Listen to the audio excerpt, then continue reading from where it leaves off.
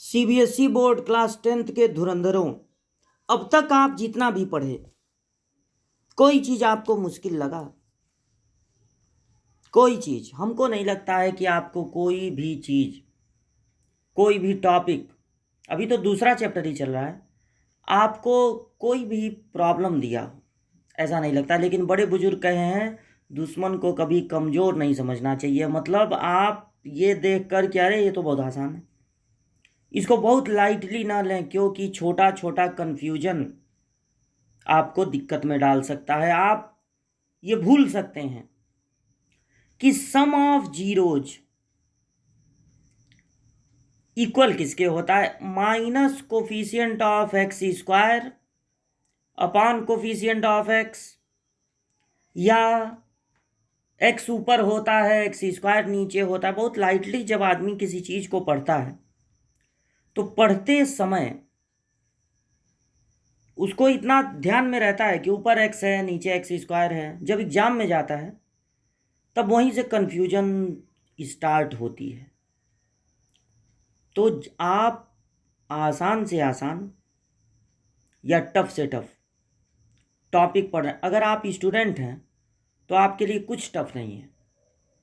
आप किसी फील्ड में काम करने वाले फार्मर नहीं हैं कि आपको ज़बरदस्ती बैठा के कोई मैथ्स पढ़ा रहा है और इसलिए आपको बड़ा टफ लग रहा है। आप एक स्टूडेंट हैं और मैथ के स्टूडेंट हैं। आपको 5-6 सब्जेक्ट दिए गए हैं पढ़ने के लिए। उन्हीं सब्जेक्ट में से एक सब्जेक्ट है मैथ, और मैथ आपको पढ़ाया जा रहा है और आप कहते हैं आपको टफ लग रहा है। मैथ आपको टफ लगेगा तो इजी किसको लगेगा? वो जो खेतों में काम करते हैं, मकान बनवाते हैं, उनको अगर मैथ पढ़ाया जाए, वो अगर कहें कि अरे बड़ा टफ है, तब बात समझ में आती। आप कहते हैं कि मैथ टफ है, और अगर आप कहते हैं कि ये बहुत इजी है तो भी इसको बहुत लाइटली मत लीजिए। आप फार्मूलों को याद कीजिए और दिमाग में बैठाइए। ऊपर एक्स होता है माइनस कोफिशिएंट ऑफ एक्स और नीचे होता है कोफिशिएंट ऑफ एक्स स्क्वायर, क्योंकि यही आपको भूलेगा। छोटी छोटी बातें भूलती हैं, पूरे क्वेश्चन को गलत कर देती हैं। तो आप एकदम रिलैक्स मूड से कॉन्सेप्ट को समझें। और पहली पहली बार जब आप चैप्टर पढ़ रहे हों और आपको मान लीजिए लग रहा हो कि ये आसान है, तो आप बहुत ज़्यादा केयरलेस ना हो, ध्यान से देखें ना, हर चीज़ को बड़े ध्यान से देखना है। और अगर आपको क्वेश्चन वो टॉपिक टफ लग रहा हो तो आप बहुत ज़्यादा नर्वस ना हो। एक जैसा मूड बना के आप चीज़ों को समझने की कोशिश कीजिए। कुछ चीज़ें एक ही बार में समझ आ जाएंगी, कुछ 4 बार देखने में समझ में आएंगी, लेकिन समझ में सब आएगा। आप ही को समझ में आएगा, क्योंकि आप ही स्टूडेंट हैं। एक स्टूडेंट को मैथ पढ़ाया जा रहा है और उसको न समझ में आए तो किस बात का स्टूडेंट कहलाएगा? आपका काम ही ये है कि आपके सामने नए नए टॉपिक आते चले जाएंगे और मुस्कुराते हुए एक रिलैक्स मूड से, without any tension of any other subject और any other topic, full concentration के साथ आपको उस चीज़ को समझना है। और कोई ऐसी चीज़ नहीं है, चाहे वो 10th की मैथ्स हो या 11th की, 12th की, आईआईटी की, या किसी भी हाई लेवल की, जो आपको परेशान कर सके। अगर आप अभी से चीज़ों को ध्यान से देखना शुरू करते हैं और जो चीज़ थोड़ा आपको परेशान करे उससे दूर भागने की बजाय उसके और पीछे पड़ जाएं कि बार बार इसको समझने की कोशिश करें। सिलेबस बहुत कम हो चुका है, लेकिन आपकी रिस्पॉन्सिबिलिटी कम नहीं हुई है। जब सिलेबस बहुत ज़्यादा था तब भी कुछ बच्चे 100 में 100 पाते थे और कुछ फेल हो जाते थे। और सिलेबस जब कम कर दिया गया है तब भी, जब दाल 2 रुपए किलो था तभी भिखारी थे, और जब दाल 150 रुपया किलो हो गया, 105 रुपया, 10 रुपया किलो हो गया, तभी भिखारी हैं। तो क्या आपको लगता है कि अगर गवर्नमेंट दाल की कीमत 1 रुपया किलो कर दे तो देश में भिखारी नहीं रहेंगे? रहेंगे। जो काम ही नहीं करना चाहेंगे वो तो मांग के ही खाएंगे। और अगर कितना भी महंगा कर दिया जाए, 500 रुपया किलो, तो कमाने वाले और कमाएंगे और मेहनत करेंगे, और वो 500 किलो का दाल भी खरीद कर खाएंगे, 3 टाइम खाएंगे। तो कोर्स कितना भी कम हो जाए, जो फेल होने वाले हैं वो फेल होंगे, और कितना भी बढ़ जाए तो जो टॉप करने वाले हैं वो टॉप करेंगे। आपको टॉपर की लिस्ट में रहना है, और इसलिए आप ये सब अपना टाइम खर्च करके वीडियो देख रहे हैं, नहीं तो कोई फिल्म देख रहे होते। तो अगर आप अपना टाइम खर्च करके ये देख रहे हैं तो थोड़ी सी कमी के कारण सब कुछ बर्बाद मत होने दीजिए। वो थोड़ी सी कमी है फार्मूलों को देख देख के क्वेश्चन लगाना नहीं, फार्मूलों को पहले याद करना है, लर्न करना है, लर्न करने के बाद क्वेश्चन लगाना है। तो फार्मूले की कॉपी बनानी है एक अलग, उसमें सारे फार्मूले नोट करने हैं, जैसे जैसे आपके सामने आता जा रहा है वैसे वैसे नोट करना है। ये भी नहीं सोचना है कि पहले हो जाए सारा तो एक साथ बैठ के नोट करेंगे, मज़ा नहीं आएगा उसमें। एक साथ बैठ के नोट करेंगे, अभी से बना लीजिए और अभी से धीरे धीरे नोट करना शुरू कीजिए। किसी दिन 1 फार्मूला, किसी दिन 2 फार्मूला, किसी दिन कोई फार्मूला नहीं, किसी दिन 10 फार्मूला। ट्रिग्नोमेट्री शुरू होगा ना, एक ही दिन में 50 फार्मूला। अगर चाहेंगे तो पढ़ सकते हैं, मतलब घबराइए, मतलब 50 नहीं पढ़ा दिया जाएगा, लेकिन ऐसे भी चैप्टर हैं मैथ में, पूरा चैप्टर कंप्लीट केवल 3 फार्मूले। और ऐसा भी चैप्टर है मैथ में कि 3 क्वेश्चन लगाने के लिए 10 फार्मूले। जब तक 10 फार्मूला पढ़ेंगे नहीं, 3 क्वेश्चन भी नहीं लगेगा। तो अलग अलग नेचर के चैप्टर हैं, अपना कोई चॉइस नहीं बनाना है कि हमको ये पसंद है ये नहीं पसंद है। सब हमको पसंद होना चाहिए। कुछ एक झटके में पसंद में आ जाएगा और कुछ के पीछे पड़ेंगे तब पसंद आएगा, लेकिन किसी न किसी दिन पसंद आएगा। और अब हम लोग स्टार्ट करते हैं 2.2 का फर्स्ट का 3 क्वेश्चन लगा लिए थे हम लोग। और इस समय हम लोग कर क्या रहे हैं, इस समय हम लोग जीरोज फाइंड कर रहे हैं, जीरोज। और रिलेशनशिप जो होता है zeros of polynomial and coefficient of polynomial, उस रिलेशन को वेरीफाई कर रहे हैं। तो हम लोगों ने 3 क्वेश्चन पिछले क्लास में लगाए थे। पहला क्वेश्चन एकदम नॉर्मल था, दूसरे में a² - b² a² + b² - 2ab के टर्म का था। और थर्ड वाले में हम लोगों को कंफ्यूज करने के लिए x² के बगल में बैठा दिया था कांस्टेंट टर्म को। तो हम लोग कहे नहीं तुम उठो उठो, और x वाले को उसके जगह पे बैठाए और कांस्टेंट टर्म को सबसे लास्ट में किए।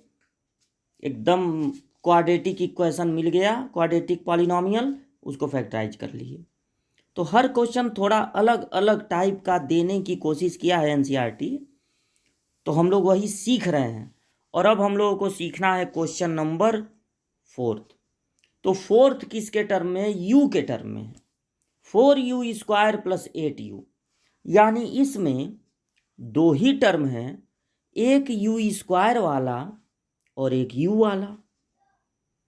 तो अब देखिए कि जब एक u² वाला मिलेगा, स्क्वायर वाला, और एक x वाला या u वाला, तब हम लोगों को क्या करना है। तो पहले इस क्वेश्चन को नोट करते हैं। हम इस पॉलिनोमियल को अपने तरफ से सपोज कर लेंगे pu, क्योंकि यहाँ पर वेरिएबल है u। अगर हमारे पास 2 ही टर्म हैं, एक u² वाला और एक u वाला, तो हमें सिर्फ कॉमन ले लेना है। इन दोनों में से आप देख रहे हैं कि 4u है कॉमन, तो u बचेगा, क्योंकि कॉमन लेने का मतलब होता है डिवाइड करना, और 4 2 जा 8 हो जाएगा।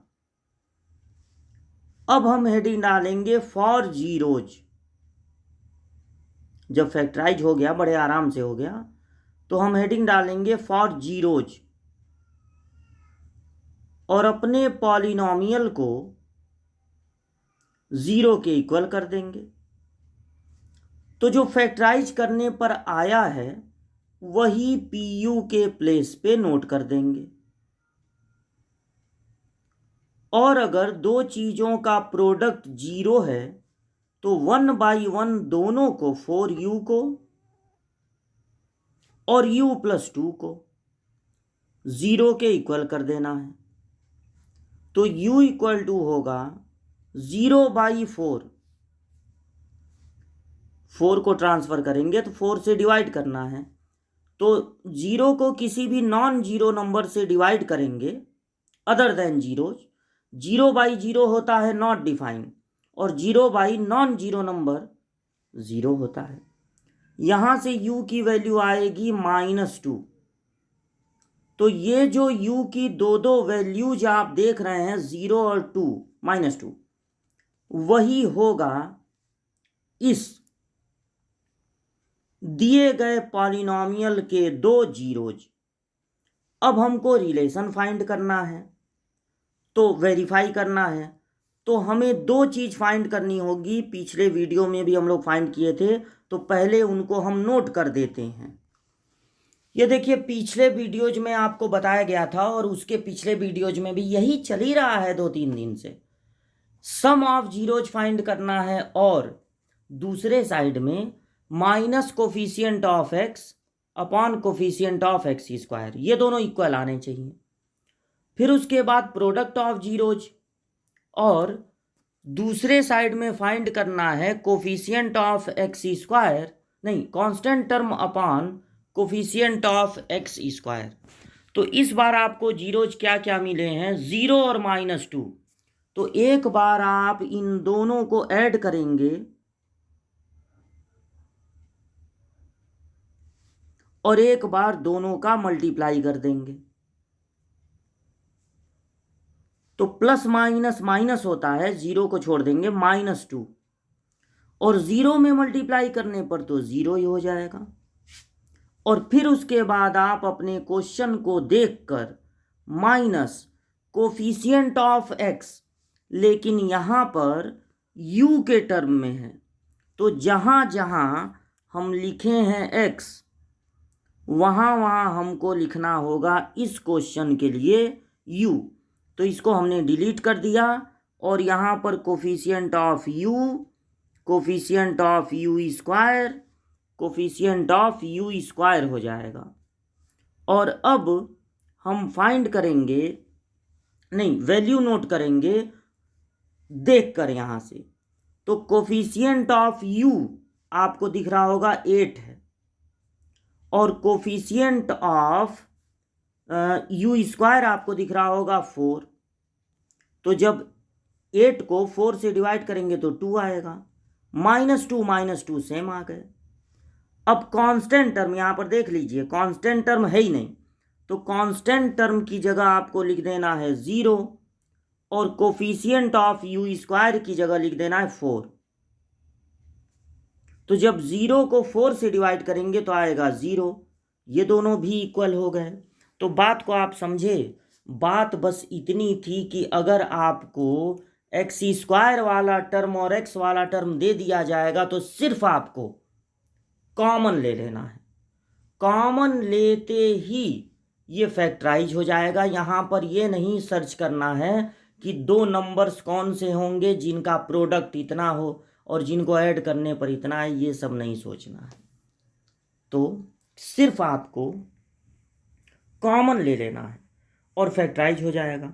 जैसे ही फैक्टराइज हो जाए, फॉर जीरोज हेडिंग डाल देना है और अपने पॉलिनॉमियल को 0 के इक्वल कर देना है। जब 0 के इक्वल कर देंगे तो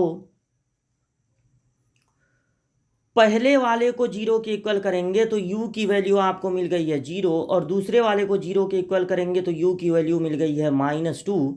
सम ऑफ जीरोज हो जाएगा -2, प्रोडक्ट ऑफ जीरोज हो जाएगा 0, minus coefficient of u, coefficient of u यहाँ पर दिख रहा होगा 8 और u² दिख रहा है 4। वो सब आप यहाँ से नोट करेंगे, ये इसके इक्वल आ जाएगा, ये इसके इक्वल आ जाएगा, तो लास्ट में लिख देंगे हेंस वेरीफाइड। ये वेरीफाइड हो गया। अब बढ़ते हैं अपने दूसरे क्वेश्चन की ओर, जो कि होगा फर्स्ट का क्वेश्चन नंबर, इसको डिलीट कर दिया जाए, फर्स्ट का क्वेश्चन नंबर 5, t² - 15। ऐसा क्वेश्चन एग्जाम्पल में भी था। इस बार जो आपको पॉलिनॉमियल दिया गया है वो टी के टर्म में है, टी स्क्वायर माइनस 15 है। तो आप क्या करेंगे, यहाँ पर आप लिखेंगे, ये 5th क्वेश्चन है, तो यहाँ पर आप अपने पॉलिनॉमियल को सपोज कर लेंगे पी टी। तो ये क्या है, टी स्क्वायर माइनस 15। अब ये टी स्क्वायर को आप लिखेंगे जब एक एक्स स्क्वायर वाला टर्म होगा और एक कांस्टेंट होगा। तो फिर क्या करना है, इनको ए स्क्वायर माइनस बी स्क्वायर, 15 को लिख सकते हैं √15 का होल स्क्वायर, इनको ए स्क्वायर माइनस बी स्क्वायर के टर्म में करके ए स्क्वायर माइनस बी स्क्वायर का फार्मूला लगा देना है, एक ब्रैकेट में ए प्लस बी और एक ब्रैकेट में ए माइनस बी, एक ब्रैकेट में एक्स प्लस वाई और एक ब्रैकेट में एक्स माइनस वाई। अब फॉर जीरोज ये जो हमारा पीटी है उसको कर देना है 0 के इक्वल, उसको कर देना है 0 के इक्वल। तो पीटी को 0 के इक्वल करेंगे और पीटी की जगह यही लिख देंगे टी प्लस √15, सेकेंड ब्रैकेट में टी माइनस √15। अब जब दो चीज़ों का प्रोडक्ट 0 है तो एक बार पहले वाले को 0 करेंगे। अब अलग अलग ले रहे हैं ना, तो ब्रैकेट लगाने की कोई ज़रूरत नहीं है, सेकंड वाला 0। तो यहाँ से t की वैल्यू आएगी माइनस √15 और यहाँ से t की वैल्यू आएगी प्लस में √15। तो दो जीरोज मिल गए। बात को समझे, बात यह है कि अगर दो ही टर्म होंगे, एक्स स्क्वायर वाला और कांस्टेंट टर्म, तो ए स्क्वायर माइनस बी स्क्वायर का फार्मूला लगा देना है। ऐसा नहीं किया जाएगा आपके साथ कि यहाँ बीच में प्लस दे दिया जाए, क्योंकि फर्स्ट ईयर का तब वो क्वेश्चन बन जाएगा। फर्स्ट ईयर में भी पढ़ना है इसको, लेकिन क्वाड्रेटिक इक्वेशन के रूप में, कॉम्प्लेक्स नंबर पढ़ना है फर्स्ट ईयर में, वहाँ पर प्लस लगा दिया जाएगा। 10th के बच्चों को नहीं दिया जाएगा। 10th के बच्चों को दिया जाएगा तो ऐसा दिया जाएगा कि A square minus B square apply हो जाए, ठीक। तो प्लस होगा, इसकी टेंशन मत लीजिएगा, माइनस ही होगा। तो अब बढ़ते हैं आगे। दोनों जीरोज मिल चुके हैं और अब हम लोगों को रिलेशन करना है वेरीफाइड। तो जब रिलेशन वेरीफाइड करना है तो एक तरफ फाइंड करना है सम ऑफ जीरोज। तो यहाँ पर कौन कौन से जीरोज मिले हैं, फटाक से इसको किया जाए डिलीट।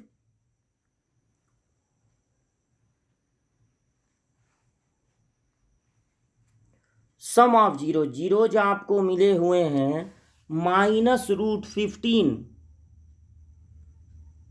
अब उसमें ऐड कर दीजिए √15 को, और प्लस √15 माइनस √15 हो जाएगा 0। फिर दूसरे साइड में कोफिशिएंट ऑफ, यहाँ हर जगह x रहेगा, ये क्वेश्चन नहीं हर जगह t रहेगा, ये क्वेश्चन t के टर्म में है। तो अब इसको डिलीट करके t लिखना है। तो देखिए यहाँ पर t लिख दिए हैं, तो माइनस कोफिशिएंट ऑफ t, तो t यहाँ पर आपको दिख रहा है, t यहाँ पर t वाला टर्म है ही नहीं, या तो टी स्क्वायर है और या तो कांस्टेंट टर्म है। तो t यहाँ पर है ही नहीं, तो कोफिशिएंट ऑफ t हो जाएगा 0 और कोफिशिएंट ऑफ t स्क्वायर होगा 1। 0 को 1 से डिवाइड करेंगे 0, और प्लस 0 माइनस 0 दो नहीं होते हैं, सिर्फ 0 ही होता है। प्लस 0 भी है तो आप 0 लिखेंगे, माइनस 0 भी है तो आप 0 ही लिखेंगे। तो इस तरह से आपने देखा दोनों इक्वल हो गए। अब हमें क्या करना है, प्रोडक्ट ऑफ जीरोज। तो जो माइनस √15 मिला है और प्लस √15, उनका मल्टीप्लाई कर देना है। तो माइनस प्लस का मल्टीप्लाई माइनस होगा और रूट 15 का मल्टीप्लाई हो जाएगा 15। कांस्टेंट टर्म आप देख लीजिए, कांस्टेंट टर्म है -15 और कोफिशिएंट ऑफ टी स्क्वायर है 1, इस तरह से आएगा -15 और ये दोनों भी हो जाएंगे इक्वल और ये दोनों भी इक्वल। तो पूरा क्वेश्चन एक साथ आप देख लीजिए, ऐसा क्वेश्चन एग्जाम्पल में भी था, बस जो 15 है उसकी जगह पे 3 था। पिछले के पिछले वीडियो में वो क्वेश्चन हम लोग लगाए थे, एग्जाम्पल नंबर 3। तो अब जो है, या पिछले ही वीडियो में शायद लगाए थे, हाँ पिछले ही वीडियो में लगाए थे। तो एग्जाम्पल नंबर 3 आप देख लीजिएगा, बस 15 की जगह पर वहाँ पर क्या था 3। अब बिल्कुल इसी तरह लगा था, तो a² - b² का फार्मूला लगाएंगे, a + b a - b, फिर अपने पॉलिनॉमियल को 0 के इक्वल कर देंगे, उस पॉलिनॉमियल के प्लेस पे वही रखेंगे जो फैक्टराइज करने पे मिला है, और अगर दो चीज़ों का प्रोडक्ट 0 है तो 1/1 दोनों को 0 के इक्वल करेंगे। तो यहाँ से t की जो दो वैल्यूज मिलेंगी वो आंसर में लिखना है, वो है -√15 और √15। अब सम ऑफ जीरोज एक साइड में निकालना है और दूसरे साइड में minus coefficient of t upon coefficient of t²। तो कोफिशिएंट ऑफ t यहाँ पर 0 है, कोफिशिएंट ऑफ t यहाँ पर 0 है क्योंकि t वाला कोई टर्म नहीं है, और प्रोडक्ट ऑफ जीरोज -15 और कांस्टेंट टर्म को कोफिशिएंट ऑफ t² से डिवाइड करेंगे, ये दोनों इक्वल आना चाहिए, ये दोनों इक्वल आना चाहिए, हो गया तो लिख देंगे हेंस वेरीफाइड। अब बढ़ते हैं अगले क्वेश्चन की ओर, और अगला क्वेश्चन है हम लोगों का, उसमें देखा जाए कितने तरह के टर्म है। वो फिर एक नॉर्मल क्वेश्चन आ गया जिसमें 3 तरह के टर्म होते हैं, x² वाला टर्म, x वाला टर्म और कांस्टेंट। तो वहाँ पर थोड़ा डिलीट करके आप उसको नोट कर लीजिएगा, वीडियो को पॉज करके उसको डिलीट करके इसको लगाने लायक पहले बनाते हैं। तो देखिए ये हम लोगों का क्वेश्चन है 3x² - x - 4, और इस बार ये x के टर्म में है तो हम लोग इसको सपोज कर लेंगे px, इसको सपोज कर लेंगे px, और t के टर्म में रहता है pt, u के टर्म में होता तो pu। ये नॉर्मल क्वेश्चन है, मल्टीप्लाई करने पर 3 4 जा 12 आना चाहिए, और माइनस करने पर, ये लास्ट वाला साइन देखते हैं, माइनस करने पे 1 आना चाहिए। मल्टीप्लाई करने पर 3 4 जा 12 और माइनस करने पे 1, तो यही दोनों नंबर हो जाएंगे 4 और 3, 4 3 जा 12 और 4 में से 3 माइनस करने पर 1। बहुत छोटे छोटे नंबर हैं, क्वाड्रेटिक इक्वेशन जब लगाएंगे तब ज़्यादा बड़े बड़े नंबर सोचने पड़ेंगे, वो भी हम लोगों का एक चैप्टर है, टॉपिक है, लेकिन यहाँ पर छोटे छोटे नंबर हैं। तो 4 और 3, तो हम लोग क्या करेंगे,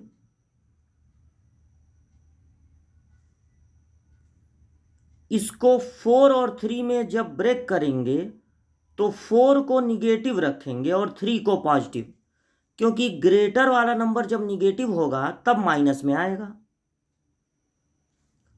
और अब कॉमन लेंगे तो पहले दोनों में कॉमन है सिर्फ x, बचेगा 3x - 4। जब कुछ ना कॉमन हो तो 1 कॉमन होता है और साइन यही वाला लगेगा, तो 3x - 4।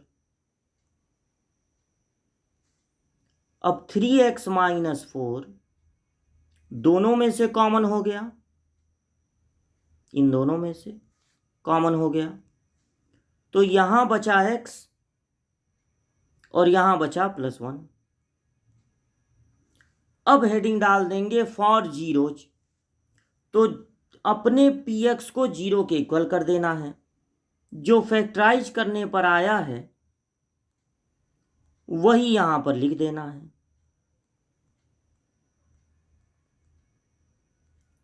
जब दो चीजों का प्रोडक्ट 0 है तो बारी बारी दोनों को 0 के इक्वल करेंगे, तो जब पहले वाले को 0 करेंगे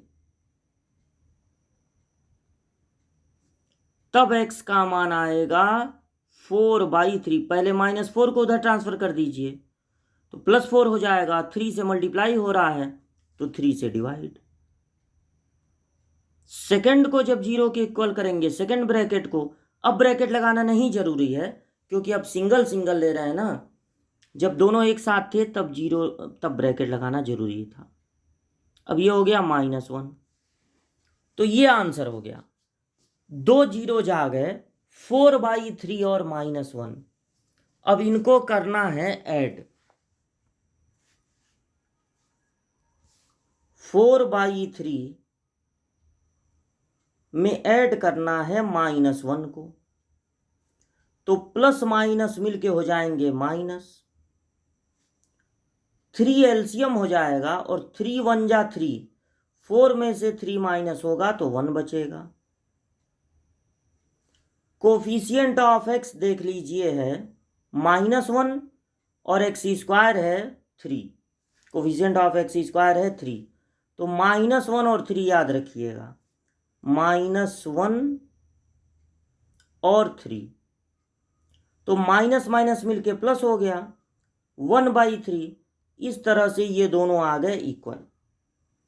और अब प्रोडक्ट ऑफ जीरोज निकालना है, यानी 4/3 में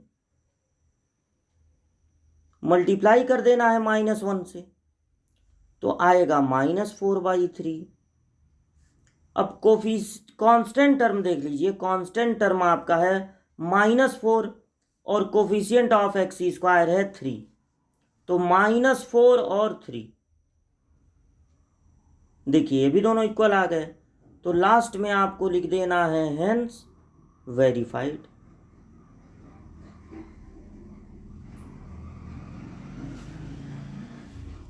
तो ये था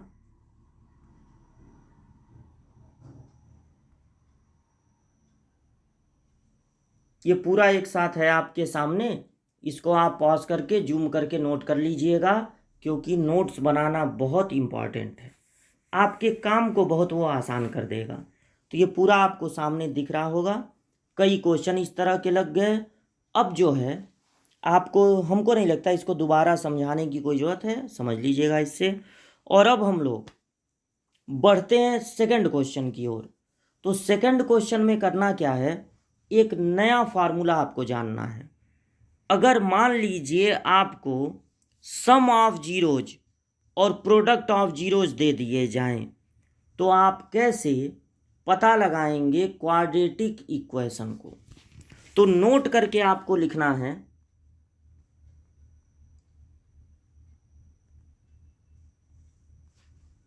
देखिए अगर सम ऑफ जीरोज को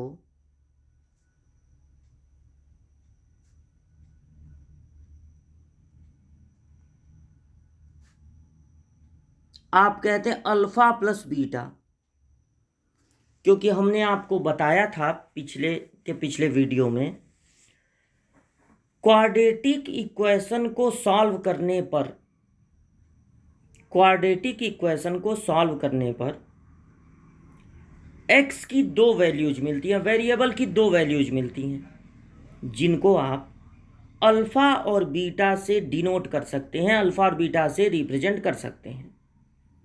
तो सम ऑफ जीरोज को आप कह सकते हैं अल्फा प्लस बीटा, और प्रोडक्ट ऑफ जीरोज को आप कह सकते हैं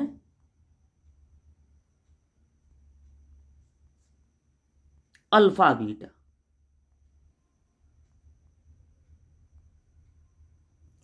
तो जो क्वाड्रेटिक इक्वेशन हो, क्वाड्रेटिक पॉलिनोमियल होगा,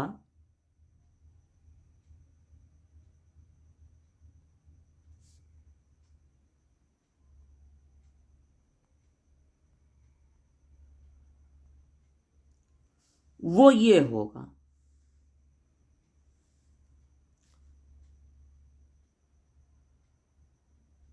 सबसे पहले के, ये के क्या है अभी बता रहे हैं आपको, फिर उसके बाद x² minus sum of zeros,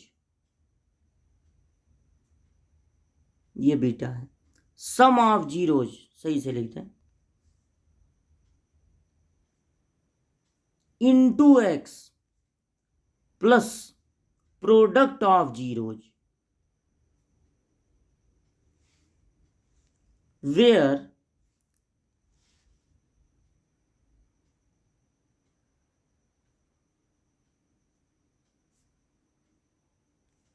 के इज एनी रियल नंबर। के यहां पर हो सकता है कोई भी रियल नंबर। एक्चुअल में अगर आप किसी क्वाड्रेटिक इक्वेशन को सॉल्व करते हैं, मान लीजिए कि हमने आपको दिया हुआ है क्वाड्रेटिक इक्वेशन, क्वाड्रेटिक पॉलिनोमियल ये,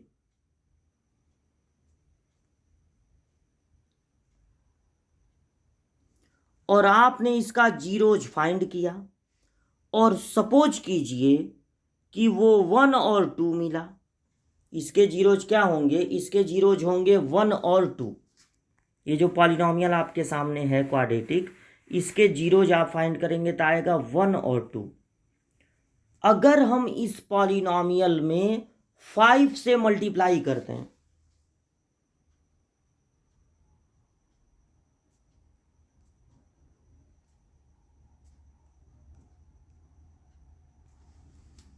अब आप इसका जीरोज फाइंड करेंगे तो क्या आएगा? अब भी वही आएगा 1 और 2। अगर हम इसमें -10 से मल्टीप्लाई कर दें, 4 से मल्टीप्लाई कर दें, 3/2 से मल्टीप्लाई करते हैं, जीरोज पे कोई इफेक्ट पड़ने वाला नहीं है। तो जब हमें कोई क्वाड्रेटिक पॉलिनोमियल बनाने के लिए दिया जाता है तो हम लोग वहाँ पर जो भी क्वाड्रेटिक पॉलिनोमियल बनाएंगे, हमारे सामने वाला उसमें किसी और नंबर से मल्टीप्लाई करके वही पॉलिनोमियल बता सकता है। हमारे पॉलिनोमियल के जो जो जीरोज होंगे वही उसके पॉलिनोमियल के भी जीरोज होंगे, जो हमारे पॉलिनोमियल में किसी भी रियल नंबर से मल्टीप्लाई कर देगा अदर देन 0।